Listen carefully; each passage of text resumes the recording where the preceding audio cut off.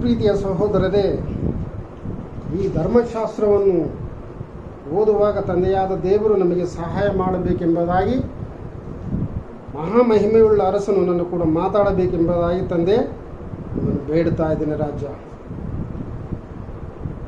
ಆಗ ಒಬ್ಬ ಧರ್ಮ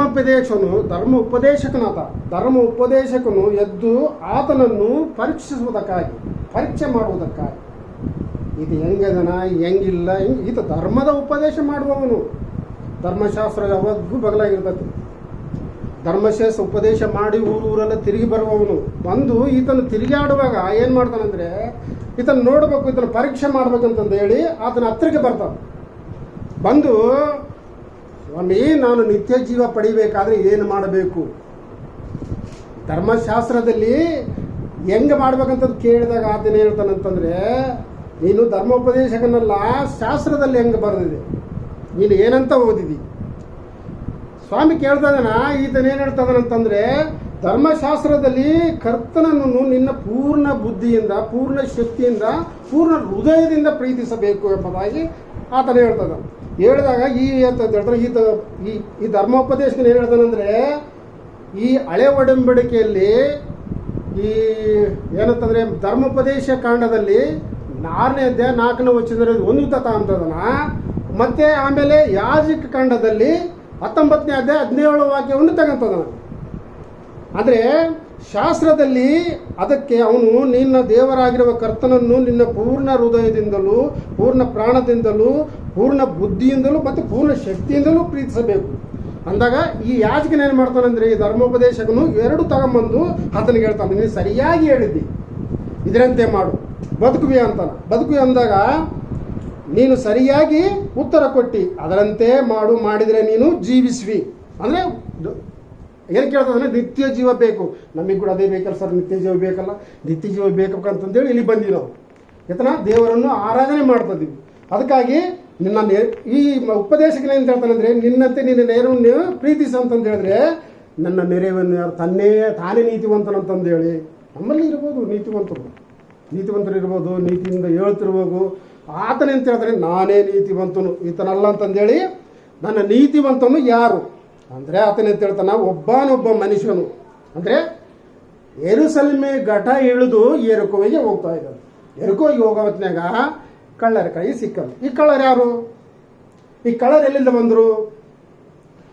ದೇವರ ಆಲಯ ಬಿಟ್ಟ ಕೆಳಗೆ ಘಟ ಇಳಿದ ದಾರಿ ಹಿಡ್ಕೊಂಡು ಹೋಗ್ತಿದ್ದ. ಹೋಗೋ ಹೊತ್ತಿನಾಗ ಏನಾಯಿತು, ಒಂದು ಸರಾಯಿ ಅಂಗಡಿ ಕಾಣುತ್ತೆ. ಸರಾಯಿ ಅಂಗಡಿ ಕಾಣಿದ್ಮೇಲೆ ಸರಾಯಿ ಕುಡಿದ್ಬಿಟ್ಟ, ನಿಶಾ ಆಗಿಬಿಟ್ಟ. ಆ ವೇಶ್ಯ ಮನೆಗೆ ಹೋದ. ವೇಶ್ಯ ಮನೆಗೆ ಹೋಗಿ ಆಕೆ ಕೂಡ ಒಡಂಬಡಿಕೆ ಮಾಡಿ ಎಲ್ಲ ಮಾಡಿದ್ಮೇಲೆ ಹೊರಗೆ ಬಂದ. ಇಸ್ಪೇಟ್ ಆಡೋ ಮನೆ ಕಾಣಿತು. ಆ ಇಸ್ಪೇಟ್ ಆಡೋಕೆ ಹೋದ. ಮತ್ತೆ ಆಮೇಲೆ ಬಂದು ಏನಾಯಿತು, ಅನೇಕ ರೀತಿ ಮಾಡಿಬಿಟ್ಟೆ, ಗಲಿಬಿಲಿ ಮಾಡಿದ. ಅವರು ಯಾರು? ಕಳ್ಳರು. ಶರೀರದೀನಲ್ಲ, ಪೌಲನು ಇದಕ್ಕಾಗಿ ಬರ್ತದನ, ನಾವು ಹೋರಾಡುವುದು ಮನುಷ್ಯ ಮಾತ್ರದವರ ಸಂಗಡವಲ್ಲ, ರಾಜ್ಯತ್ವಗಳ ಮೇಲೆ, ಅಧಿಕಾರಿಗಳ ಮೇಲೆ, ಅಂಧಕಾರದ ಲೋಕಾಧಿಪತಿ ಮೇಲೆ, ಮಧ್ಯ ಆಕಾಶದಲ್ಲಿ ತಿರುಗಾಡುವ ದುರಾತ್ಮ ಸೈನ್ಯದ ಮೇಲೆ ನಾವು ಹೋರಾಡುತ್ತಾ ಇದ್ದೀವಿ. ಅದಕ್ಕಾಗಿ ನಾವೇನು ಮಾಡಬೇಕು? ಸತ್ಯವೆಂಬ ನಡುಕಟ್ಟನ್ನು ಕಟ್ಟಬೇಕು, ನೀತಿ ಎಂಬ ವಜ್ರದ ಕವಚವನ್ನು ತೊಡಿಸಬೇಕು, ಸಮಾಧಾನಕ್ಕೆ ಬೇಕಾದ ಸುವಾರ್ತೆ ಎಂಬ ಪಾದರಕ್ಷೆಗಳನ್ನು ತೊಡಿಸಬೇಕು, ನಂಬಿಕೆ ಎಂಬ ಗುರಾಣಿಯನ್ನು ಹಿಡಿದು, ಪವಿತ್ರಾತ್ಮನು ಕೊಡುವ ಕತ್ತಿಯನ್ನು ಹಿಡಿದು ಮುಂದಕ್ಕೆ ನಡೀಬೇಕು. ಹೌದಾ? ಅದಕ್ಕಾಗಿ ನಾವೇನಾಗಬೇಕು? ಸಿದ್ಧರಾಗಬೇಕು. ನನ್ನ ನೆರೆಯವನು ಯಾರು ಅಂತಂತಂದ್ರೆ, ಇದೇನು ಮಾಡ್ತಾನೆ, ಅದೆಲ್ಲ ಬಿಟ್ಟು ಕೆಳಗೆ ಘಟ ಇಳಿದು ಯೆರಿಕೋವಿಗೆ ಹೋಗ್ತದನ್ನು. ನಾವು ಯೆರಿಕೋವಿನಿಂದ ಏರು ಬಂದಿವಲ್ರಿ.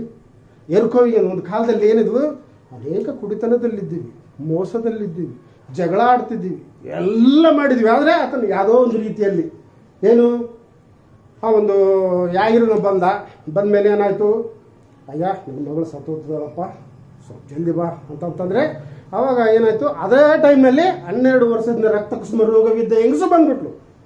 ಇಬ್ಬರು ಆಗತಡಿ ಈತೇನು ಮಾಡಿದ, ಅಲ್ಲಿ ಹೋಗಿ ಎಬ್ಬಿಸ್ರೆ ಅವ್ರೇನು ನಂಬಿಕೆ ಅಂತಾರಿಲ್ಲ. ಹಾಗೆ ನಮ್ಮನ್ನು ಯಾರನ್ನಾದ್ರೂ ಯಾವುದೋ ಅಂದ್ರೆ ಕರೆದಿರ್ತಾನಂತ, ಯಾವುದೋ ಒಂದರಲ್ಲಿ ಇವನನ್ನು ಇಲ್ಲಿ ಅರಜೀವ ಮಾಡ್ತಾರ. ಅರಜೀವ ಮಾಡಿ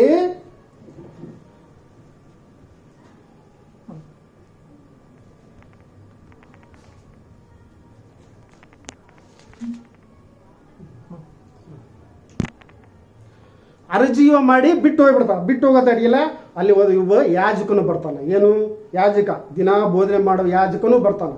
ಆಮೇಲೆ ಲೇವಿಯನು ಬರ್ತಾನೆ. ಅಂದರೆ ಕ್ರಿಸ್ತನ ನಂಬಿದವರು ನಾವೇ. ಇವಾಗ ಯಾವನಾದರೂ ಒಬ್ಬನು ಕುಡಿದು ಬಿದ್ದಿದ್ರೆ ಇವನಿಗೇನೋ ಕರ್ಮ ಬಂತಲ್ಲ ಇವನಿಗೆ. ನಾನು ಇವರು ಅದಕ್ಕೆ ಹೋಗಿದ್ವಿ, ಹೋದಾಗ ಒಬ್ಬನು ಡ್ರೆಸ್ ಬಿಳೇದು ಆ ಬಸ್ನೇ ಬರೋ ಹೊತ್ನಾಗ ಅಲ್ಲಿ ದಾರೆ ಬಸ್ ಸ್ಟ್ಯಾಂಡ್ ಸರ್ ನೋಡಿಲ್ಲ, ಬಸ್ ಸ್ಟ್ಯಾಂಡ್ ಬಿದ್ದು ಒದ್ದಾಡಿದ್ರೆ ಯಾರು ಮುಟ್ಟಾರಿಲ್ಲ ಅವನ್ನ. ಅವ್ರು ಯಾರೈತಿ ಅಂದ್ರೆ ಗೊತ್ತಿಲ್ಲ, ನಮ್ಮ ಬಸ್ ಅಂತ ಮುಂದಕ್ಕೆ ಬಂದ್ಬಿಡ್ತು. ಅವಾಗ ಇವನು ಬಿದ್ದಾಗ ಯಾರೂ ನೋಡೋರಿಲ್ಲ. ಲೇವಿಯನು ಬಂದ, ಯಾಜಕನು ಬಂದ, ಮುಂದೆ ಹೋದ್ರೆ ದಾರಿ ಹಿಡ್ಕೊಂಡು ಹೋಗಿದ್ರೆ ಒಬ್ಬ ಸಮರಿಯದವನು. ಆ ಸಮರಿಯದೇನೆಂದರೆ ಆತನ ಹತ್ತಿರಕ್ಕೆ ಬಂದ. ಹತ್ತಿರಕ್ಕೆ ಅಂದರೆ ಒಂದು ಕಾಲದಲ್ಲಿ ಸರ್ ನಾನು ರೋಗ ಬಂದಿತ್ತು, 9 ತಿಂಗಳು ಬಿದ್ದಿದ್ರೆ ಏನಾಯ್ತು ಅಂತಂದರೆ ಎದ್ದೇಳಕ್ಕೆ ಶಕ್ತಿ ಇಲ್ಲ. ನಾನೇನು ಅನ್ಕೊಂತಿದ್ದೆ ನನ್ನ ಮನುಷ್ಯನಿಗೆ, ದೇವರೇ ಒಂದು ಚಾನ್ಸ್ 1 ಗಂಟೆ ನನಗೆ ಎದ್ದು ನಡೆದಾಡೋ ಕೊಡು. ಅಲ್ಲಿ ಮುಂಡ್ರಿಗಿ ಸ್ಥಳದಲ್ಲಿ ನಮ್ಮ ಮನೆ ಐತೆ, ಅಲ್ಲಿ ಗದ್ದೆ ಬಿತ್ತಿರ್ತಾರೆ, ಗದ್ದೆ ಬೀಳ್ತಾರೆ, ಗದ್ದೆಗೆ ಮಂದು ಹೊಡಿತಾರೆ, ಔಷಧಿ ಹೊಡೆದಿರ್ತಾರೆ. ಅದನ್ನು ತಾಂಬರಕ್ಕೆ ಸ್ವಲ್ಪ ಅವಕಾಶ ನನಗೆ ಕೊಡು, ನಾನು ಇದ್ರೆ ಕೇಳೀನಿ ಅಂತಂದೆ. 9 ಇಲ್ಲಿ ಆಸ್ಪತ್ರೆಗೆ 40 ದಿವಸ ಇದ್ದೆ ಸರ್. 40 ದಿವಸ ಒಬ್ಬರು ಕಂಡುಹಿಡಿಬೇಡ್ರು, ಒಂದು ರೋಗನ ಕಂಡುಹಿಡಿಬೇಡ್ರು ಅವರು. ಅವಾಗ ಏನಾಯ್ತು ಅಂದರೆ ಏನೋ ಒಂದೇಳಿ ಕಳಿಸ್ಬಿಟ್ರು ಮನೆಗೆ ಹೋಗೋ ತಟ್ಟಿಗೆ. ಏನಾಯ್ತು ಅಂತಂದರೆ ಮಕ್ಕಂದು ಹಿಂಗೆ ಎದ್ದೆ, ಸ್ವಲ್ಪ ಮಕ್ಕಂದು ಹಿಂಗೆ ಎದ್ದರೆ ಡೋಮೆಕ್ಸ್ ತಂದಿಟ್ಟಿದ್ದೆ ನಮ್ಮ ಮನೆಗೆ. ಆ ಡೋಮೆಕ್ಸು 1 ಸಲ 2 ಸಲ ಬಳಸಿದ್ದೆ ನಾನು. ಅದನ್ನು ತಾಂಬತ್ತಡಿಗೆ ಎದ್ದಾಳು, ಅಲ್ಲಿಗೆ ಎದುರಿಗೆ ತೊಗೊಂಡು ಕುಡಿ, ಅಲ್ಲಿಗೆ ನೋಡ್ತೀವಿ ಓದ್ತೀವಿ ಅಂತ ತೋರಿಸ್ಬಿಡ್ತಾರೆ ನನಗೆ. ಬೈ ಜುಮ್ ಅಂತಾರೆ ನನಗೆ. ಹೌದಲ್ಲ, ನಾನೇ ತಂದಿಟ್ಟಿನಿ, ನಾನೇ ಮರ್ತೋಗ್ಬಿಟ್ಟಿನಿ, ಏನು ಮಾಡ್ಬೇಕು ಇದನ್ನ ಅಂತಂದೇಳಿ ಎದ್ದೊಳಗಾಗೋದು ನಡಿಬೇಕು. ಯಾರು ಸಹಾಯ ಬೇಕು ನನಗೆ, ಎತ್ತಬೇಕಾದ್ರೆ ಸಹಾಯ ಬೇಕು. ಆ ಸಹಾಯ ಬೇಕಂದ್ರೆ ಹೆಂಗೆ ಒದ್ದಾಡ್ಕೊಂತ ಹೋಗಿ ಅಲ್ಲಿ ಏನು ಮುಟ್ಟಕ್ಕೆ ನಾ ಇಲ್ಲ. ನಾನು ಎಡಮಗಳು ಬಂದ್ಬಿಟ್ರು. ಏನು ಮಾಡ್ತಾಯಿದ್ದೀನಿ ಏನಂದ್ರೆ ಏನಿಲ್ಲ. ಮತ್ತೆ ಎದಕ್ಕೆ ಹೆಂಗೆ ಬಂದು ಇಲ್ಲಿಗೆ ಸುಮ್ಮನೆ ಬಂದೆ. ಅದನ್ನು ತಗೊಂಡೋಗಿ ಆ ಕಡೆಗೆ ಇಟ್ಬಿಡ್ತು. ಮತ್ತೆ ಅದೇ ರೋತು ಆತ. ಹಂಗೆ ಈ ಮನುಷ್ಯನ ಬಿದ್ದಾನ, ಯಾರು ಎತ್ತರಿಲ್ಲ. ಯಾಜಕನು ಬಂದವಾಗ ಏನಂದರೆ ಒಂದು ಸಂದೇಶ ನನಗೆ ಒಂದು ವರ ಕೊಟ್ಟನದು. ಆ ವರದಿಂದ ನನಗೆ ಗುಣವಾಗಿದ್ದೆ. ಆ ಮನುಷ್ಯನ ಸತ್ತೋಗ್ಬಿಟ್ಟ ಅವನು ಬಿದ್ದರ ಕೆಳಗ. ಆ ಯಾಜಕನು ಬಂದು ಅವನು ಸಮರಿಯದವನು ಬಂದು ಏನು ಮಾಡ್ತಾನಂದ್ರೆ ಅವನು ಎಣ್ಣೆ ಹೋಗಿ ಛತ್ರದವನು ಕೊಡ್ತಾನೆ. ಆ ಛತ್ರದವನು ಕೊಟ್ಟು ಅವನ್ನ ಆರೈಕೆ ಮಾಡಪ್ಪ. ಮತ್ತೆ ನಾನು ಬರುವಾಗ ಅವನು ಎಂತಂದರೆ ಪ್ರೀತಿ ಒಬ್ಬರಲ್ಲಿಲ್ಲ. ಅದಕ್ಕಾಗಿ ಪೌಲನು ಹೇಳ್ತಾನ, ಗಲಾತಿಯವರೊಬ್ಬರ ಪತ್ರಿಕೆ 5ನೇ ಅಧ್ಯಾಯ 13ನೇ ವಾಕ್ಯ ಹೋದ್ರಿ. ಸಹೋದರರೇ, ನೀವು ಸ್ವತಂತ್ರರಾಗಿರಬೇಕೆಂದು ದೇವರು ನಿಮ್ಮನ್ನು ಕರೆದನು. ಆದರೆ ನಿಮಗಿರುವ ಸ್ವಾತಂತ್ರ್ಯವನ್ನು ಶರೀರದ ಸ್ವಭಾವಕ್ಕೆ ಆಸ್ಪದವಾಗಿ ಬಳಸದೆ ಪ್ರೀತಿಯಿಂದ ಒಬ್ಬರಿಗೊಬ್ಬರು ಸೇವೆ ಮಾಡಿ ನಿನ್ನ ನೆರೆಯನ್ನು ನಿನ್ನಂತೆ ಪ್ರೀತಿಸಿ ಎಂಬುದು ಒಂದೇ ಮಾತಿನಲ್ಲಿ ಧರ್ಮಶಾಸ್ತ್ರವೆಲ್ಲ ಅಡಕವಾಗಿದೆ. ಆದರೆ ನೀವು ಒಬ್ಬರನ್ನೊಬ್ಬರು ಕಚ್ಚಿ ಹರಕೊಂಡರೆ ನುಂಗುವರಾದರೆ ಒಬ್ಬರನ್ನೊಬ್ಬರು ನಾಶವಾದರೆ ನೋಡಿರಿ. ಸಹೋದರರೇ, ನೀವು ಸ್ವತಂತ್ರ ಆಗಬೇಕು. ಸ್ವತಂತ್ರ ಅಂದ್ರೆ ಹೆಂಗ? ದೇವರು ನಮಗಿದ್ದಾನೆ. ಯಾರು ಹಳ್ಳ ಬರ್ತಾವ, ಮಳೆ ಬರ್ತತೆ, ಸುರಿತತೆ, ಏನು ನಡೀತದೆ. ಯೂಟ್ಯೂಬ್ನ ಬಿಟ್ಟು ನೋಡಿದ್ರೆ ಒಬ್ಬೊಬ್ರು ಒಂದೊಂದು ರೀತಿ ಮಾತಾಡ್ತಾರೆ. ಅವ್ರದ್ದು ಬಿಡ್ರಿ ಇಲ್ಲೇ ಹಳ್ಳಗಳು ಬರ್ತಾವ. ಅಂದರೆ ಸ್ವತಂತ್ರರಾಗಬೇಕೆಂದು ದೇವರು ನಿಮ್ಮನ್ನು ಕರೆದನು. ಆದರೆ ನಿಮಗಿರುವ ಸ್ವತಂತ್ರವನ್ನು ಶರೀರ ಭಾವಕ್ಕೆ ಆಸ್ಪದವಾಗಿ ಬಳಸದೆ ಪ್ರೀತಿಯಿಂದ ಒಬ್ಬರಿಗೊಬ್ಬರು ಸೇವೆ ಮಾಡಿ. ಈ ಸೇವೆ ಅಂತಂತಂದರೆ ಇವರು ಸೇವೆ ಅಂತಂದು ಹೇಳಿ ಹಿಡಿದಿದ್ದಾರೆ. ಏನಂತಂದರೆ ನಾವು ಈ ಲೋಕದಲ್ಲಿ ಮನುಷ್ಯನ ಏನು ಹೇಳ್ತಾನಂದರೆ, ಈ ಲೋಕದಲ್ಲಿರುವ ತನಕ ಉಂಬೋದು, ತಿಂಬೋದು, ಕುಡಿಯೋದು, ಸಾಯೋದು ಅಷ್ಟೇ. ಮತ್ತೆ ಬ್ಯಾಕೋದಾಗ ಯಾರು ನೋಡ್ತಾರೆ ಸರ್, ನೋಡ್ತಾರೆ. ಗ್ಯಾರಂಟಿ ನೋಡ್ತಾರೆ. ಅಂದರೆ ಸತ್ತೋದ ಮೇಲೆ ಕೂಡ ನೋಡ್ತಾರೆ. ಮತ ಏನು ಬರೆಸುವರ್ತ 25-31 ಹೋದ್ರಿ ನೋಡಲ್ಲಿ ತಗೊಂಡು ಹೋಗ್ತಾರೆ. ಇಲ್ಲಿಂದ ಗ್ಯಾರಂಟಿ ಇಲ್ಲದೆ ಅಲ್ಲಿ ಬೇರೆ ಮಾಡಕ್ಲತ್ತ. ಅಲ್ಲಿಗೆ ಹೋದ್ಮೇಲೆ ಬೇರೆ ಅಂತೂ ಮಾಡೋದಲ್ಲ. ಇದಲ್ಲದೆ ಮನುಷ್ಯ ಕುಮಾರನು ಅಷ್ಟಕ್ಕೆ ಸ್ವಲ್ಪ ಎಲ್ಲಾ ದೇವದೂತರಿಗೆ ಕೂಡಿ ಬರುವಾಗ ಮಹಿಮೆ ಸಿಂಹಾಸನದಲ್ಲಿ ಕೂತುಕೊಳ್ಳುವನು. ಮತ್ತೆ ಎಲ್ಲಾ ದೇಶಗಳ ಜನರು ಒಬ್ಬರಲ್ಲ ಇಬ್ಬರಲ್ಲ ಆತನ ಮುಂದೆ ಕೂಡಿಸಲು ಪಡುವರು. ಕುರುಬನು ಆಡುಗಳು ಕುರಿಗಳನ್ನು ಬೇರೆ ಮಾಡುವ ಪ್ರಕಾರ ಆತನು ಅವರನ್ನು ಬೇರೆ ಮಾಡಿ ಕುರಿಗಳನ್ನು ತನ್ನ ಬಲಗಡೆಯಲ್ಲಿ ಆಡುಗಳನ್ನು ಎಡಗಡೆಯಲ್ಲಿ ನಿಲ್ಲಿಸುವನು. ಆಗ ಅರಸನು ತನ್ನ ಬಲಗಡೆಯಲ್ಲಿರುವವರಿಗೆ, ನನ್ನ ತಂದೆ ಆಶೀರ್ವಾದ ಹೊಂದಿದವರೇ ಬನ್ನಿರಿ, ಲೋಕಾದಿಯಿಂದ ನಿಮಗೋಸ್ಕರ ಸಿದ್ಧ ಮಾಡಿದ ರಾಜ್ಯವನ್ನು ಸ್ವಾಸ್ಥ್ಯವಾಗಿ ತೆಗೆದುಕೊಳ್ಳಿರಿ. ಅಷ್ಟೇ ಸಾಕು. 41 ಹೋದ್ರೆ ಹಂಗೆ ಆಮೇಲೆ ಹಾ. ಆತನು ಎಡಗಡೆಯಲ್ಲಿರುವವರಿಗೆ ಶಾಪಗ್ರಸ್ತರೇ, ಹಾ. ನನ್ನನ್ನು ಬಿಟ್ಟು ಪಿಶಾಚನಿಗೂ ಹಾ. ಅವನ ದೂತರಿಗೂ ಸಿದ್ಧ ಮಾಡಿರುವ ನಿತ್ಯ ಬೆಂಕಿಯೊಳಕ್ಕೆ ಹೋಗಿರಿ. ನೋಡ್ರಿ ಇಲ್ಲಿ ಇಷ್ಟ ಸಾಕು. ಇಲ್ಲಿ ಆಶೀರ್ವಾದ ಅಂತ ಅದನ್ನ ಏನು ಒಳ್ಳೇದು ಮಾಡಿದ್ರು, ಅವ್ರು ಏನ್ ಮಾಡಿದ್ರು, ಅನೇಕರಿಗೆ ಸಹಾಯ ಮಾಡಿದ್ರು, ಬಗ್ಗರಿಗೆ ನೋಡಿದ್ರು, ಇವರಿಗೆ ಒಳ್ಳೇದು ಕೆಟ್ಟದ್ದು ಮಾಡ್ತಿದ್ರು, ಅವರು ಆಶೀರ್ವಾದ ಹೊಂದಿದವರೇ ಬನ್ನಿರಿ ಅಂತದ. ಇಲ್ಲಿ ಮಾಡ್ಲಾರ್ದವರಿಗೆ ಏನ್ ಹೇಳ್ತದೆ ಅಂದ್ರೆ ಶಾಪಗ್ರಸ್ತಾರೆ. 25 ಮೊದಲನೇ ವಾಕ್ಯ ಹೋದ್ರಿ. ಆಗ ಪರಲೋಕ ರಾಜ್ಯವು ಹಾ. ಆರ್ತಿಗಳನ್ನು ತೆಗೆದುಕೊಂಡು ಮದಲಿಂಗನನ್ನು ಎದುರುಗೊಳ್ಳುವುದಕ್ಕೆ ಹೊರಟಂತ 10 ಮಂದಿ ಕನ್ಯೆಯರಿಗೆ ಹೋಲಿಕೆ ಆಗಿರುವರು. ಅವರು 5 ಮಂದಿ ಬುದ್ಧಿ ಇಲ್ಲದವರು, 5 ಮಂದಿ ಬುದ್ಧಿವಂತರು. ಸಾಕು. ಇಲ್ಲಿ ಒಂದೇ ಸಭೆ 10 ಮಂದಿ ಎಲ್ಲರಿಗೆ ಕರೆ ಕಳಿಸ್ತಾರೆ.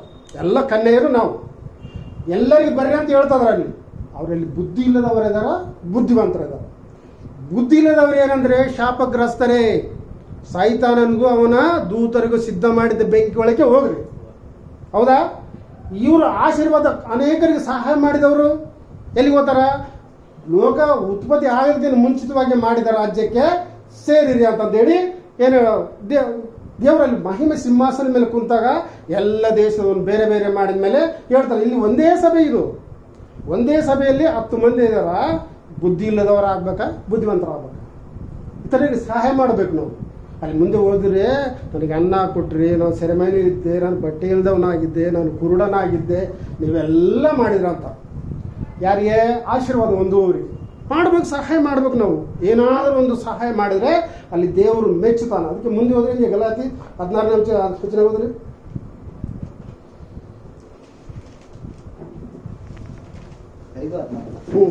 ನಾನು ಹೇಳುವುದೇನೆಂದರೆ ಪವಿತ್ರಾತ್ಮನನ್ನು ಅನುಸರಿಸಿ ನಡೆದುಕೊಳ್ಳಿ. ಆಗ ನೀವು ಶರೀರ ಭಾವದ ಅಭಿಲಾಷೆಗಳನ್ನು ಎಷ್ಟು ಮಾತ್ರಕ್ಕೂ ನೆರವೇರಿಸುವುದಿಲ್ಲ. ಯಾಕಂದ್ರೆ ಶರೀರ ಭಾವವು ಅಭಿಲಾಷವು ಆತ್ಮನಿಗೆ ವಿರುದ್ಧವಾಗಿದೆ, ಆತ್ಮನ ಅಭಿಲಾಷಿಸುವ ಶರೀರ ಭಾವಕ್ಕೆ ವಿರುದ್ಧವಾಗಿದೆ. ನೀನು ಮಾಡಲಿಚ್ಛಿಸುವುದನ್ನು ಮಾಡದಂತೆ ಅವು ಒಂದಕ್ಕೊಂದು ಹೋರಾಡುತ್ತವೆ. ಒಂದಕ್ಕೊಂದು ನಮ್ಮೊಳಗೆ ಆತ್ಮ ಇದೆ. ಯಾಕೊಬ್ಬರು ಹೇಳ್ತಾರಂತಂದ್ರೆ ಕ್ರಿಯೆಗಳಿಲ್ಲದ ಆತ್ಮ ಸತ್ತಿದ್ದಾಗೆ. ಕ್ರಿಯೆಗಳಿರಬೇಕು, ಕೆಲಸ ಮಾಡಬೇಕು. ಇಲ್ಲಿ ಇದ್ಮೇಲೆ ನಾವು ದೇವರ ಸೇವಕರಾಗಿದ್ದೀವಿ, ದೇವರ ಪ್ರಜೆ ಆಗಿದ್ದೀವಿ. ಆತನನ್ನು ಆರಾಧನೆ ಮಾಡುವುದಕ್ಕೆ ಬಂದಾಗ ಇದು ಏನು ಅಂತಂದೇಳಿ ವಿಚಾರ ಮಾಡಿ ಸಹಾಯ ಮಾಡಬೇಕು. ಅದಕ್ಕಾಗಿ 1ನೇ ಯೋಹಾನ 2ನೇ ಅಧ್ಯಾಯ 15ನೇ ವಾಕ್ಯ ಓದಿ.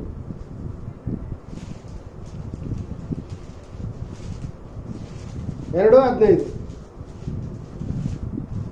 ಲೋಕವನ್ನಾಗಲಿ ಲೋಕದಲ್ಲಿರುವವರನ್ನಾಗಲಿ ಪ್ರೀತಿಸಬೇಡಿ. ಯಾವನಾದರೂ ಲೋಕವನ್ನು ಪ್ರೀತಿಸಿದರೆ ತಂದೆಯ ಮೇಲಿನ ಪ್ರೀತಿ ಅವನಲ್ಲಿಲ್ಲ. ಲೋಕದಲ್ಲಿರುವ ಶರೀರಾಸೆ, ಕಣ್ಣಿನಾಸೆ, ಬದುಕು ಬಾಳಿನ ಡಂಬ. ಹಿಂಗೆ ನೋಡ್ರಿ ಒಂದ್ ಸ್ವಲ್ಪ 3:15-13 ಹೋದ್ರಿ. 3:13 ಅಲ್ಲೇ ಪಗಲಿಗೆ. ಸಹೋದರರೇ, ನೀವು ಲೋಕವು ನಿಮ್ಮನ್ನು ದ್ವೇಷಿಸಿದರೆ ಆಶ್ಚರ್ಯ ಪಡಬೇಡ್ರಿ. ನಾವಂತೂ ಕ್ರೈಸ್ತ ಸಹೋದರರನ್ನು ಪ್ರೀತಿಸುವವರಾಗಿರುವುದರಿಂದ ಮರಣದಿಂದ ಪಾರಾಗಿದ್ದೀವಿ, ಜೀವದಲ್ಲಿ ಸೇರಿದ್ದೇವೆಂದು ನಮಗೆ ಗೊತ್ತಾಗಿದೆ. ಪ್ರೀತಿಸದೇ ಇರುವವನು ಮರಣದಲ್ಲೇ ಇರ್ತಾನೆ, ಮರಣದಲ್ಲೇ ಇರ್ತಾನೆ. ಪ್ರೀತಿಸ ಇರುವವನು ಮರಣದಲ್ಲೇ ಇರ್ತಾನೆ. ನನ್ನ ಸಹೋದರರೇ, ಲೋಕವು ನಿಮ್ಮನ್ನು ದ್ವೇಷ ಮಾಡಿದ್ರೆ ನಾವು ಅದು ಕೊಡಕಲ್ಲ, ಇದು ಕೊಡಕಲ್ಲ, ಕ್ರಿಸ್ತರಂದ್ರೆ ನೀವು ಆಚಾರ ಪಡದೆ ಬೇಡ. ನಾವೇನಾದ್ರೆ ದೇವರಿಗೆ ಸರಿಸಮ ನಾವು ಕೆಳಗಡೆ ಆತನ ಮಕ್ಕಳಾಗಿ ನಡೆದುಕೊಳ್ಳಬೇಕು. ನಾವು ಇತರರಿಗೆ ಸಹಾಯ ಮಾಡಿದ್ರೆ ನಮ್ಮನ್ನು ಮುಂದಕ್ಕೆ ನಡೆಸ್ತಾರೆ. ಅದಕ್ಕಾಗಿ ಇಲ್ಲಿ ಹೇಳ್ತಾನೆ, ಮೋಶೆ ಹೇಳ್ತಾನ, ವಿಮೋಚನೆ ಕಾಂಡ 32-31 ಹೋದ್ರೆ ಸ್ವಲ್ಪ ನೋಡಲ್ಲಿ, ಜೀವಬಾಧ್ಯರ ಪಟ್ಟಿಯಿಂದ ನನ್ನ ಹೆಸರು ತೆಗೆದು ಬಿಡಂತದನ. ವಿಮೋಚನೆ ಕಾಂಡ 32-31 ಹೋದ್ರೆ.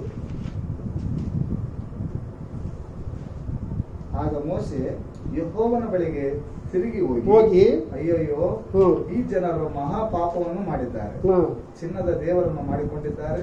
ಆದ್ರೆ ನೀನು ಕರುಣೆವಿಟ್ಟು ಅವರ ಪಾಪವನ್ನು ಕ್ಷಮಿಸಬೇಕು. ಇಲ್ಲವಾದರೆ ನೀನು ಬರೆದಿರುವ ಜೀವಿತರ ಪಟ್ಟಿಯಿಂದ ನಮ್ಮ ಹೆಸರನ್ನು ಅಳಿಸಿ ಬಿಡಬೇಕೆಂದು ಕೇಳಿಕೊಳ್ಳುತ್ತೇನೆಂದು ಪ್ರಾರ್ಥಿಸಿದ. ನೋಡ್ರಿ, ಜೀವಿತರ ಪಟ್ಟಿಯಿಂದ, ಜೀವಿತರ ಪಟ್ಟಿಯಲ್ಲಿ ನಮ್ಮ ಹೆಸರಿದ್ದೇವ. ಜೀವಿತರ ಪಟ್ಟಿಯಲ್ಲಿರೋದು 12 ಮಂದಿ ಅಪೊಸ್ತಲರ ಹೆಸರುಗಳಿದ್ದಾವೆ. ಬೇಕಾದ್ರೆ ಪ್ರಕಟಣೆಗಂತ 21-14 ಓದ್ಬೋದು. ಅಲ್ಲಿ ಹೊಸ ಒಂದು ಯೆರೂಸಲೇಮ್ ಕಟ್ತದನಪ್ಪ. ಆ ಕಟ್ಟುವಾಗ ಅವ್ರ ಹೆಸರುಗಳು ಮಾತ್ರ ಇದಾವೆ. ನಮ್ಮ ಹೆಸರುಗಳು ಯಾವ ಬರಿತಾವ? ಈ 70 ಮಂದಿ ಹೋಗಿ, ತಂದೆ ದೆವ್ವಗಳು ನಿನ್ನ ನೋಡಿ ನಿನ್ನ ಹೆಸರನ್ನು ಕೇಳಿ ನಮ್ಮನ್ನು ಆಧೀನವಾಗುತ್ತದೆ ಅಂತಂದು ಹೇಳಿದ್ರೆ ಹಂಗೆ ಅನಬೇಡ, ನಿಮ್ಮ ಹೆಸರುಗಳು ಪರಲೋಕ ರಾಜ್ಯದಲ್ಲೇ, ಅದು ಲೋಕನ ಬರೆಸುವ 17ನೇ ಅಧ್ಯಾಯದಾಗ ಪರಲೋಕ ರಾಜ್ಯದಲ್ಲಿ ಬರಿದೆ ಎಂಬುದಾಗಿ ಸಂತೋಷ ಪಡಿರಿ ಎಂಬುದಾಗಿ ಹೇಳ್ತದೆ. ಯೇಸು ಕ್ರಿಸ್ತನ ಹೆಸರು ಹೇಳುವುದಂತಂದರೆ ಆತನು ಏನಂದರೆ ಘಟ್ಟ ಇಳಿದು ಹೋಗೋದೇ ತಪ್ಪಾಯ್ತು. ಯೆರೂಸಲೇಮಿನ ಬಿಟ್ಟು ಎಷ್ಟೋ ಜನ ಹೋಗ್ಬಿಟ್ರು ಸರ್. ಇವಾಗ ನಮ್ಗೆ ಅದಿಲ್ಲ, ನಮ್ಗೆ ಇದಿಲ್ಲ. ಇವಾಗ ಯೂಟ್ಯೂಬ್ನಾಗ ಮನುಷ್ಯ ಹೇಳ್ತಾನ, ನಾನು ಹುಟ್ಟು ಕ್ರಿಸ್ತನಾಗಿ ಈ ಪಾಸ್ಟ್ರುಗಳು ಸರಿಯಿಲ್ಲ ಗಿರಿಯಿಲ್ಲ ಅಂತಂದು ಹೇಳಿ ಅವ್ನು ದುರ್ಗಮ್ಮನ ಪೂಜೆ ಮಾಡೋಕೆ ಏನೇನೋ ಹೇಳ್ತಾನ ಅವೆಲ್ಲ ನಾವು ಕೇಳಿಸ್ಬೋದು. ನಾನೇನು ಗದ್ದಲಿ, ಇದು ಗಾಳಿ ಬೀಸ್ತೈತೆ, ಅವಾಗಲೇ ಮಳೆ ಬರ್ತತ್ತೆ, ಹಳ್ಳ ಬರ್ತತ್ತೆ, ನನ್ನ ಮನೆ ಏನೈತೆ ಬಂಡೆ ಮೇಲೆ ಐತೆ, ನನಗೆ ಯಾಕೆ ಭಯ? ಉಸಿಗಿನ ಮೇಲೆ ಇದ್ರಲ್ಲ ಭಯ ಆಗಲಿ ಅಂತಂತೇಳಿ ನಾವು ಈ ದೇವರ ನಾಮಕ್ಕೆ ಸ್ತೋತ್ರವಾಗಲಿ. ಈ ವಾಕ್ಯವನ್ನು ದೇವರು ಆಶೀರ್ವದಿಸಲಿ. ಆಮೇಲೆ